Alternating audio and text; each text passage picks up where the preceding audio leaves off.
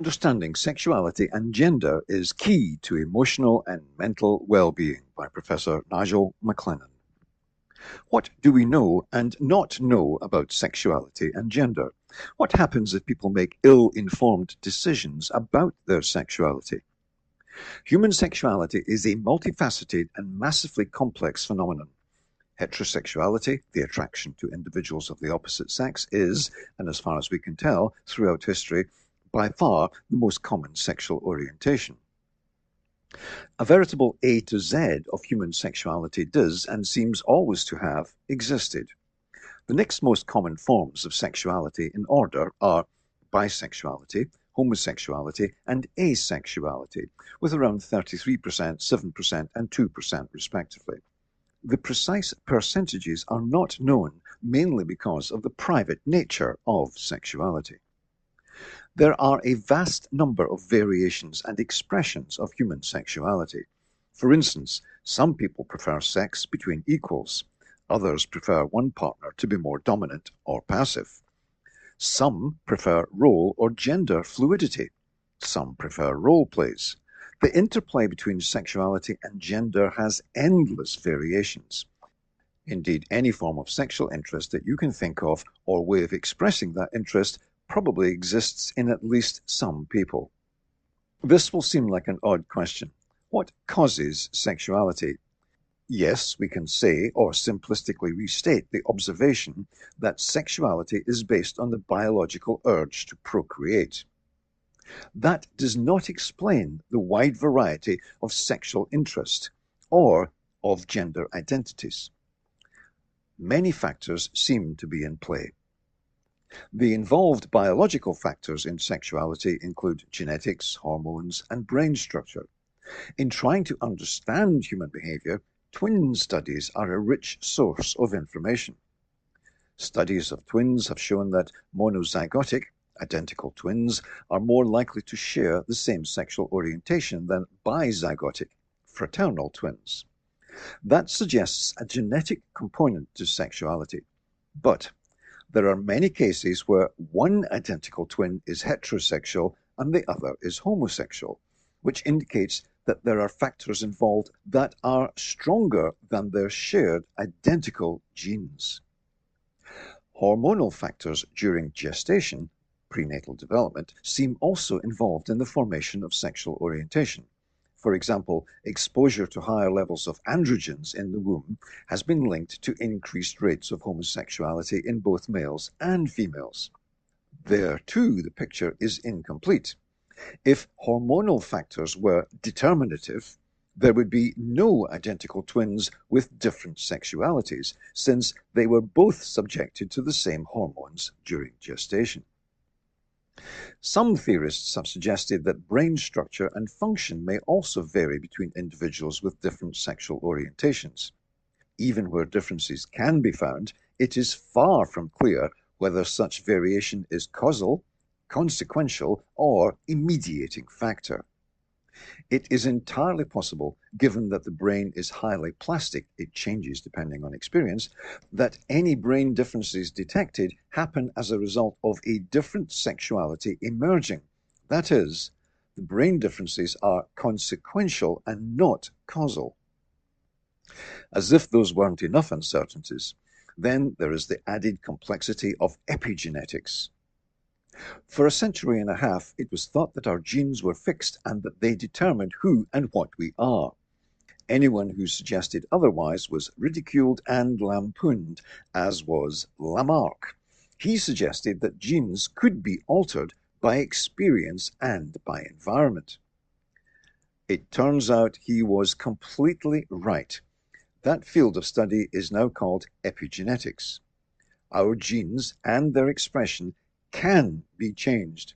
Of course, that makes perfect sense in terms of evolution. The chances of survival of any genome are greater if it can adapt itself to its environment than they would be if the genome was dependent on natural selection based on mere random variation. Added to that huge biological complexity is the vast diversity of the gut microbiome. We are only just beginning to understand some of the impacts on and the interactions with other bodily systems and organs of the gut microbiome. Given its pervasive nature, it is unlikely in the extreme that the biome has no effect on sexuality. Given the vast numbers of biological variables that we simply do not understand, we are a long way from being able to understand the biological basis of the variation in human sexuality. The role of social and environmental factors. It seems that social and environmental factors are also heavily involved in the variety of human sexuality. It is equally reasonable to think that biological factors and social and environmental factors all interact to shape sexuality. Given that we don't even understand the biological basis, we are headed for even more uncertainty when we start to look at the other factors as well. Culture, social norms, and personal experiences can all shape how a person's sexuality is created and expressed. In some cultures, homosexuality and non-binary gender is stigmatized or even criminalized. That can force people to suppress or conceal their sexual orientation or gender identity. You can imagine what psychological damage it could do to a person who is so coerced. Throughout history and across all known societies, there have been bisexual, homosexual, asexual, and transgender people of various kinds. The approximate numbers remain constant regardless of cultural suppression. For instance, even in countries where there are widespread claims that such variation in human sexuality does not exist, it is alive to almost the same extent as elsewhere, but is usually hidden. That is, cultural factors cannot and do not prevent what seems to be a human constant.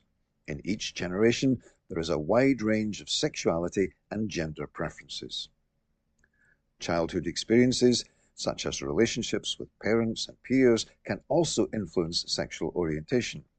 Both highly dysfunctional and beneficial relationships could, in theory, create variations in sexuality. If, as some researchers have claimed, early childhood trauma or abuse causes other than mainstream sexualities to emerge, we would not expect to see anything other than heterosexuality when people had come through childhood with no trauma or abuse. Yet we do. Trauma cannot be the explanation for variations in sexuality, at least not on its own. The level of complexity in understanding human sexuality and its causes is huge. How much more so when we add in gender identity variations? What is the interplay between sexuality and gender? To understand that question, we need to define what each term means. Sexuality refers to a person's sexual orientation, their pattern of romantic, sexual, or emotional attraction to others. In brief, sexuality is what category of person or entity, or neither, a person is attracted to.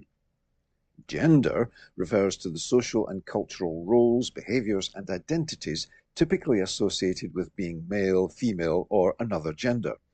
Around 2 to 3% of the population have chromosomal variations that make their gender not as clear or as binary as it is for others.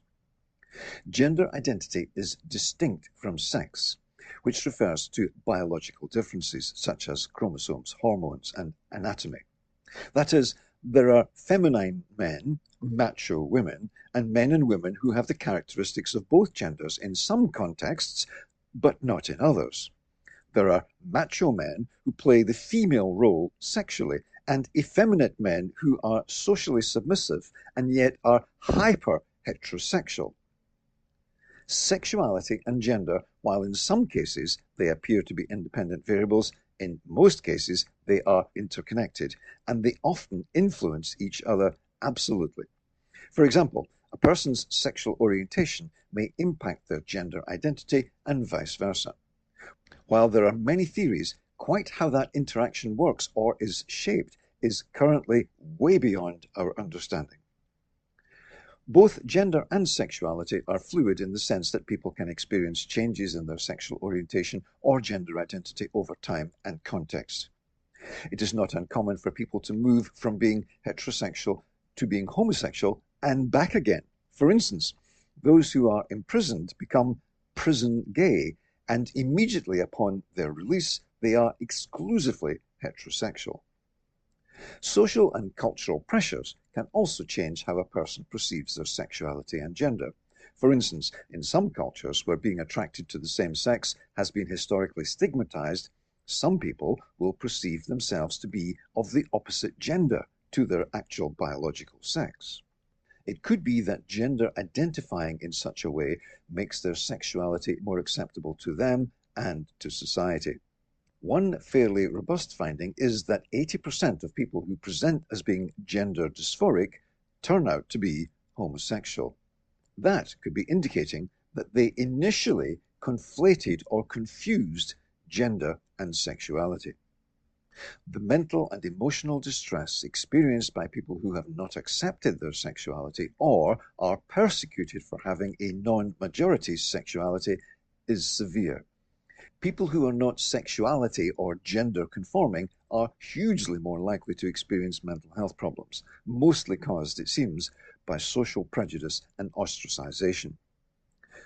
Throughout history, vast numbers of people whose self-perceived gender or sexuality is different from the most common have taken their own lives, at huge cost to society.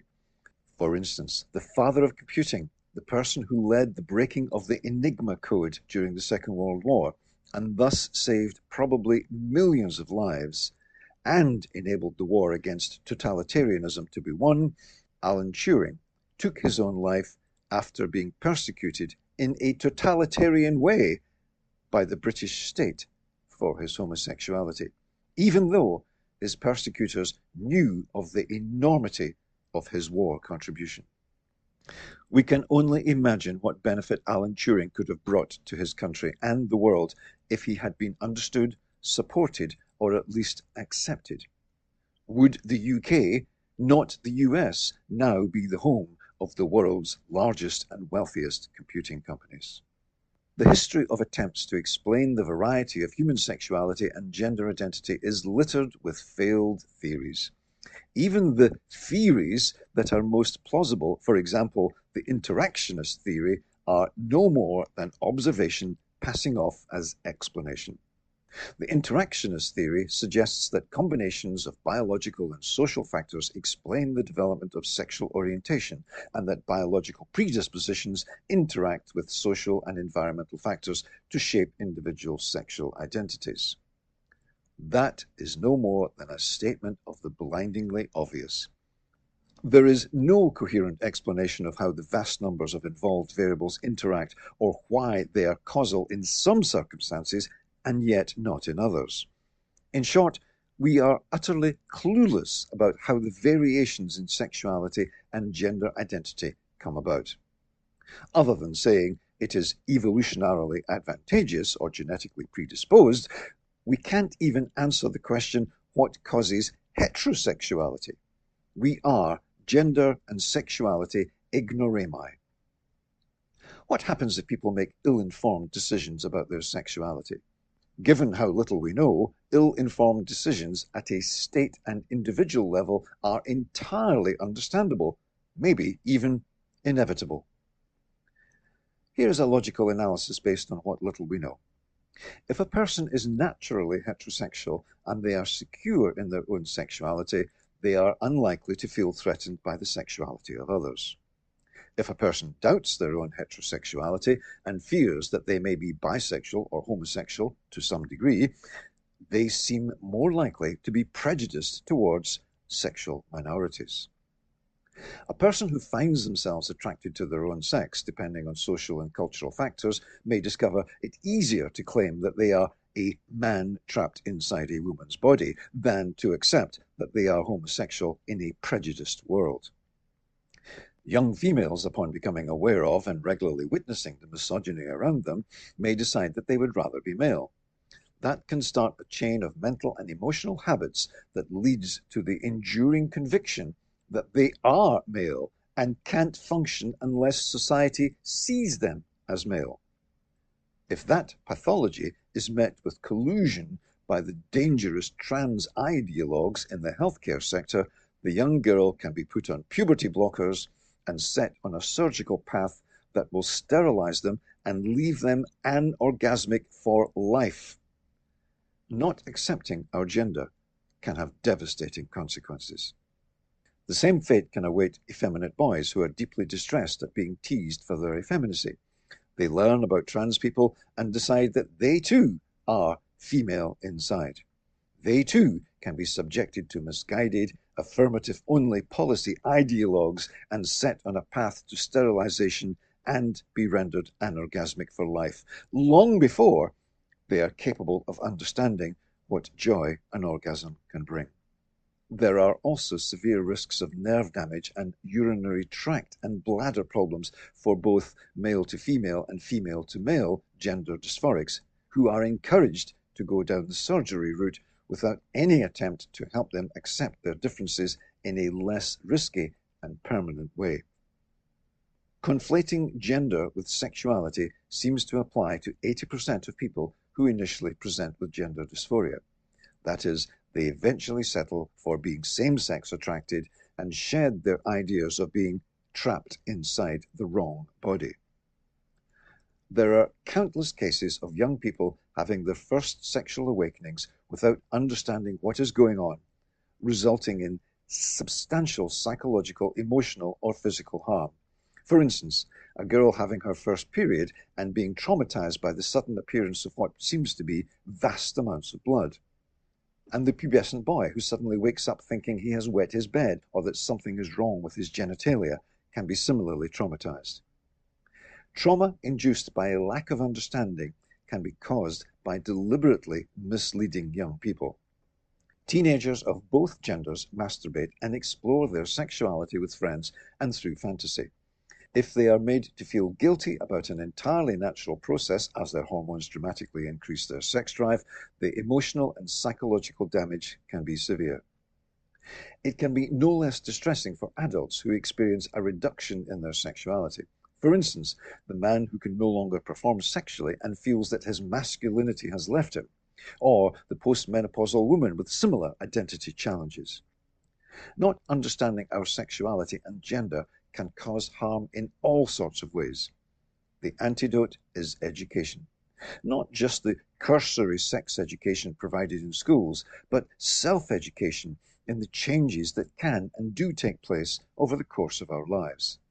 The changes in our sexual tastes, the changes in our sexual tastes, the changes in levels of masculinity or femininity, the changes in our sex drive. Understanding and acknowledging the reality of our sexuality and gender are essential for our well-being.